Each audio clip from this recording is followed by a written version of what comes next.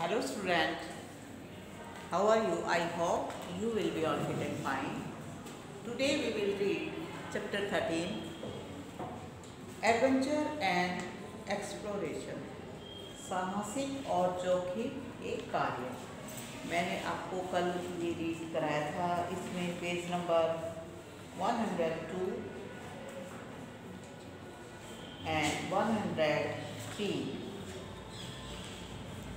आज हमारा टॉपिक क्या है बेटा?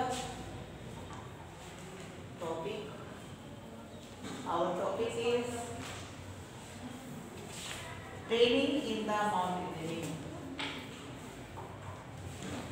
ट्रेनिंग इन द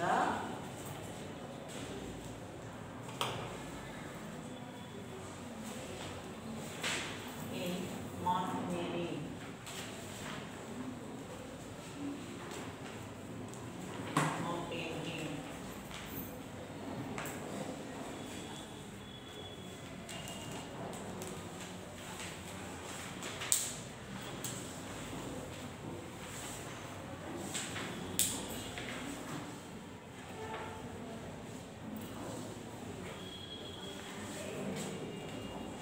जो पर्वतारोहण होते हैं, पर्वत पर चढ़ने वाले होते हैं, उनकी प्रशिक्षण।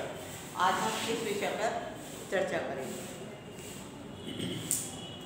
ए training is very necessary before going on a mountaineering expedition. पर्वतारोहण को या पहाड़ अभियान पर जाने से पहले उनका प्रशिक्षण देना बहुत ही आवश्यक होता है। जो पर्वतारोहण होते हैं ना, रोहण होते हैं, पर्वत पर चढ़ने वालों को बोलते हैं, और उनको पहाड़ पर जाने से पहले उनको प्रशिक्षण देना बहुत ही आवश्यक होता है। In our countries the Himalaya mountaineering institute and Nehru institute of mountaineering in Uttarakhand provide training to the aspiring mountaineers. हमारे देश में दार्जिलिंग में हिमालय पर्वतारोहण संस्थान है, और उत्तराखंड में पर्वतारोहण के नेहरू संस्थान। उत्तराकाशी में कौन सा है? नेहरू संस्थान है, जहाँ पर क्या होता है कि ये जो पर्वतारोहण होते हैं उनको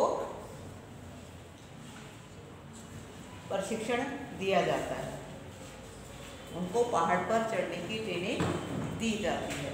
training for the mountaineering involves a combination of training for specific fitness qualities and parasetting sports required skill elements. पर्वतारोहण के लिए प्रशिक्षण में विशिष्ट फिटनेस गुणों के लिए प्रशिक्षण और खेल आवश्यक है। क्या है कि जो पर्वत पर चढ़ते हैं, माउंटेनियरिंग बोलते हैं उनको, पर्वतारोहण को पहाड़ों पर चढ़ने से पहले, मतलब कोई मनुष्य जो पहाड़ पर चढ़ना चाहते हैं, जो उनको जाने से पहले उनको ट्रेनिंग दी जाती है, और उन पर पहाड़ पर चढ़ने की जो ट्रेनिंग जितनी ज़रूरी है, उसके साथ उनको खेल भी उतना ही आवश्यक है। क्यों?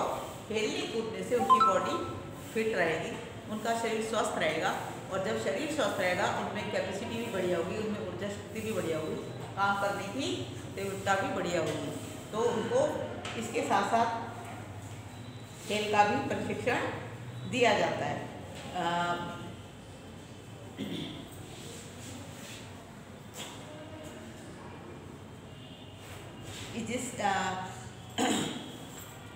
They are physically and mentally trained to overcome the hurdles which they face during the mountain climbing.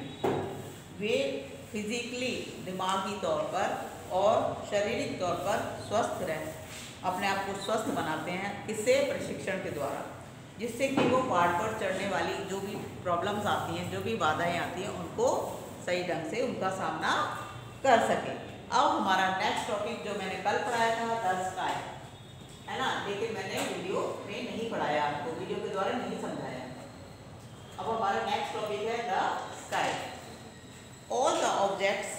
in the sky are heavenly bodies, planets, stars, moons, and satellites, sun, astronauts, comets, and meteors.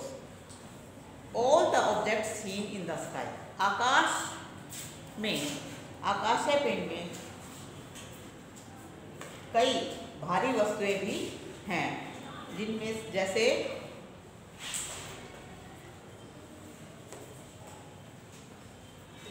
All the object seen in the sky, आकाश पिंड में कई भारी वस्तुएं भी देखने को मिलती हैं, जैसे प्लैनेट, स्टार्स, मून, सैटेलाइट, जैसे ग्रह, उपग्रह, उल्काएं, धूमकेतु और उपग्रह, उल्काएं, तारे, चांद, सूरज, तो ये क्या है, हमें आकाश में देखने को मिलती हैं। All these heavenly bodies makeup the solar system, और इन सभी हैवी बॉडीज से क्या मिलकर बनाया है, सोलर सिस्टम। सोलर सिस्टम किसको कहते हैं, सौर मंडल को। इन सब चीज़ों से मिलकर सौर मंडल बनता है। इसको हम सौर मंडल, इन सब चीज़ों को मिलाकर जो मंडल होता है इनका, इनके परिवार को नाम क्या दिया गया है, सौर परिवार या सौर मंडल। There are 8 planets in our solar system. यहाँ हमारे सौर परिवार में 8 ग्रह हैं। कौन कौन से, mercury, Venus, earth, Mars, turn and Uranus, Neptune, Jupiter. ये आकाश पिंड में जो सौर मंडल है, सौर मंडल में ग्रह हैं 8। ठीक है, अब हम let us we will do read page number 105. अब हमारा टॉपिक आता है सैटेलाइट्स। ये इसी का एक हिस्सा है, क्या है, satellites.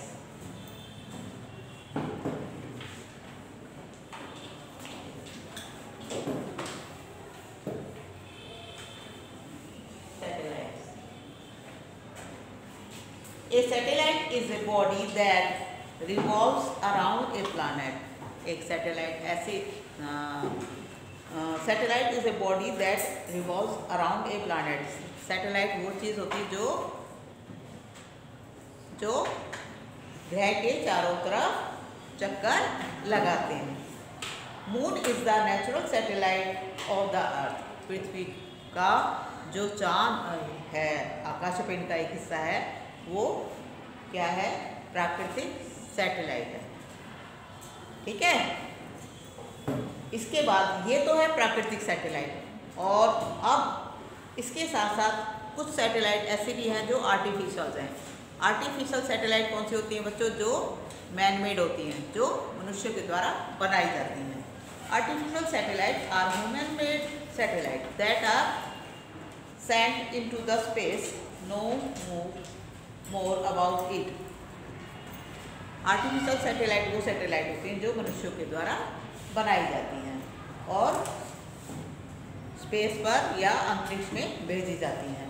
They move around the planets and controlled from the earth. वे ग्रह के चारों तरफ चक्कर लगाते हैं और पृथ्वी को नियंत्रण में, ये पृथ्वी को नियंत्रण में रखते हुए ग्रह के चारों तरफ चक्कर लगा लेते हैं।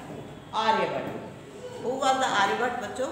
Aryabhata was the scientist of astronaut.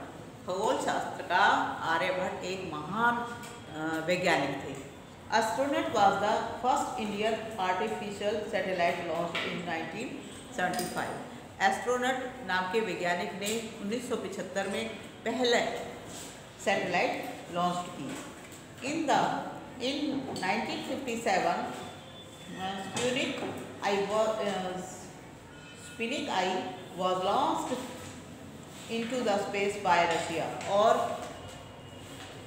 1957 में स्पुतनिक 1 नाम की एक सैटेलाइट थी जो रशिया में लॉन्च हुई। It was the first artificial satellite that was launched in the space. ये पहली सैटेलाइट थी, आर्टिफिशियल सैटेलाइट थी जो रशिया में लॉन्च हुई थी। यूजेस ऑफ आर्टिफिशियल सैटेलाइट, जो आर्टिफिशियल सैटेलाइट होती हैं उसका उपयोग क्या क्या होता है, अब ये सुनिए। It helps to the it helps to send message from one country to another country. ये एक जो संदेश एक देश से दूसरे देश तक संदेश पहुंचाने में हेल्प करती हैं। It helps in the weather forecasting, और ये मौसम के बारे में जानकारी प्रदान करने में भी सहायक है। It helps us to see live programmes happening anywhere in the world, और संसार में कहीं पर भी कोई भी घटना घटती है उसकी जानकारी प्राप्त करने में भी ये सैटेलाइट्स हमारे को हेल्प करती हैं। It helps transfer telephone call over the ocean, और ये सागर में समुद्रों में के अंदर जो नाविक होते हैं वहाँ पर भी सैटेलाइट के द्वारा वो समुद्र के अंदर से भी कॉल करके अपने मैसेज शिप में जो होते हैं या समुद्र से ऊपर अपने मैसेज जो शिप में सेंड कर सकते हैं। ओके, तो बच्चों it help us sports military activities, और ये हमारे को मिलिट्री की एक्टिविटी भी स्पोर्ट्स करने में हेल्प करती हैं। देखो बच्चों एक बात बताऊँ, देखो यहाँ पे टावर लगे होते हैं, एयरटेल का भी BSNL का भी लगा होता है ना, तो उसमें भी सैटेलाइट का यूज़ होता है, ठीक है। और आपने देखा होगा कि बाय प्लेन लोग जाकर पता करते हैं यहाँ या कहाँ पर क्या हो रहा है, किस देश में। अभी आपने देखा कि हमारे देश के लोगों को पता चला कि पाकिस्तान हमारे साथ कैसी हरकत कर रहा है, वो अपने कुछ खुफिया विभाग के साथ ये सैटेलाइट्स जो हैं काफ़ी हेल्पफुल होती हैं, जो बाय प्लेन में चलते हुए भी वो नीचे कितनी मतलब काफ़ी नीचे धरती होती है, उससे भी वो पता लगा लेते हैं कि नीचे क्या हो रहा है। तो ये सैटेलाइट्स हमारे जीवन में काफ़ी महत्वपूर्ण है। अब हमारा नेक्स्ट टॉपिक आता है adventure in the space. Adventure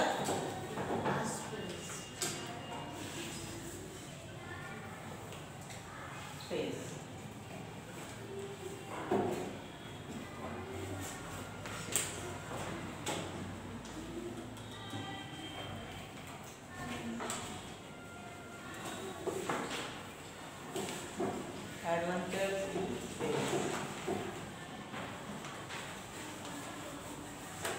An astronaut is a person who is trained to travel in the space.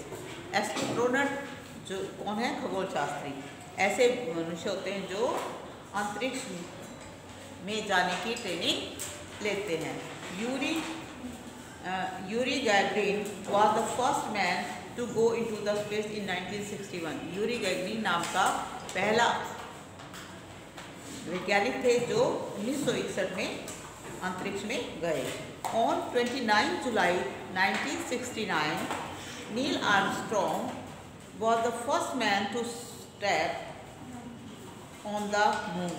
और 29 जुलाई 1969 को नील आर्मस्ट्रॉन्ग का पहले मानव था जो इसने चांद पर कदम रखा।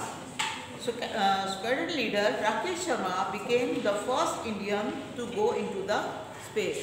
और पहला भारतीय राकेश शर्मा, स्क्वाड्रन लीडर राकेश शर्मा थे जिन्होंने जो अंतरिक्ष में गए। इस तरीके से और भी वैज्ञानिक आज के टाइम में अंतरिक्ष में जाना कोई बड़ी बात नहीं है, लेकिन ये पहले वैज्ञानिक थे जिन्होंने अंतरिक्ष में जाकर जानकारी प्राप्त की। Valentina Tereshkova was the first woman in the world to go into the space. और ये वेलेंटाइना टेरेस्कोवा पहली साइंटिस्ट थी, वैज्ञानिक थी, जो संसार की पहली महिला वैज्ञानिक थी जो अंतरिक्ष में गई। Kalpana Chawla was the first Indian woman to go into the space. और कल्पना चावला हमारी भारतीय महिला, हमारे देश की कल्पना चावला को सब अच्छी तरीके से जानते हैं, जो अंतरिक्ष में पहली भारतीय महिला थी कल्पना चावला जो अंतरिक्ष में गई। Sunita Williams holds the record of the Indian born astronaut for the longest stay in the space. और सुनीता विलियम पहली महिला थी जो अंतरिक्ष में जाकर जिसने लंबे समय तक स्टे किया, लंबे समय तक रुकी। तो बच्चों आज का हमारा ये चैप्टर फिनिश हुआ और मैंने आपको रीड कराया है। आपको नॉलेज गेन करने के लिए भी, लर्न तो सब कर लेते हैं लेकिन नॉलेज गेन करना मस्ट है। तो बच्चों आप इसके साथ साथ आपको पता होना चाहिए कि हमारे देश के वैज्ञानिकों ने क्या क्या हमारे देश के लिए किया। तो आप भी छोटे छोटे बच्चे हो, पढ़कर इन वैज्ञानिकों की तरह महान कार्य करें। Okay students, thank you, have a nice day, bye.